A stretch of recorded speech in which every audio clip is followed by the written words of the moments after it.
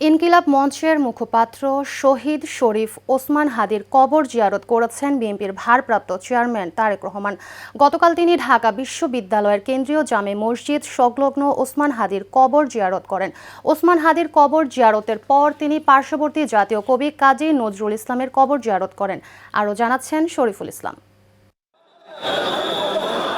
দেশে ফেরার তৃতীয় দিনে ইনকিলাব মঞ্চের মুখপাত্র শরীফ ওসমান হাদির কবর জিয়ারত করতে গুলশানের ১৯৬ নম্বর বাসা থেকে বের হন বিএনপির ভারপ্রাপ্ত চেয়ারম্যান তারেক রহমান। বেলা 11:30টার দিকে ঢাকা বিশ্ববিদ্যালয় এলাকায় পৌঁছান তিনি। সেখানে বিএনপি মহাসচিব মির্জা ফখরুল ইসলাম আলমগীর ও দলের শীর্ষ নেতারা তাকে স্বাগত জানান। ঢাকা বিশ্ববিদ্যালয় ভিসি অধ্যাপক ডক্টর নিয়াজ আহমেদ খান ও বিএনপির শীর্ষ নেতাদের সঙ্গে নিয়ে প্রথমে ওসমান হাদির কবর জিয়ারত করেন তারেক রহমান।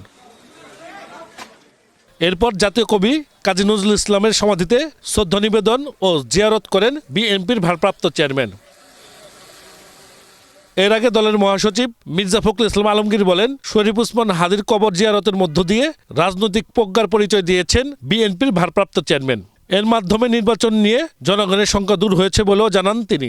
জটিল রাজনৈতিক পরিস্থিতির মধ্যে জনাব তারেক রহমান সাহেবের আগমন বাংলাদেশে এটাকে অনেক সমীকরণগুলোকে সহজ করে দিয়েছে এবং আজকে বাংলাদেশি জাতীয়তাবাদের যে রাজনীতি সেই রাজনীতি দর্শনকে সামনে চলে এসেছে।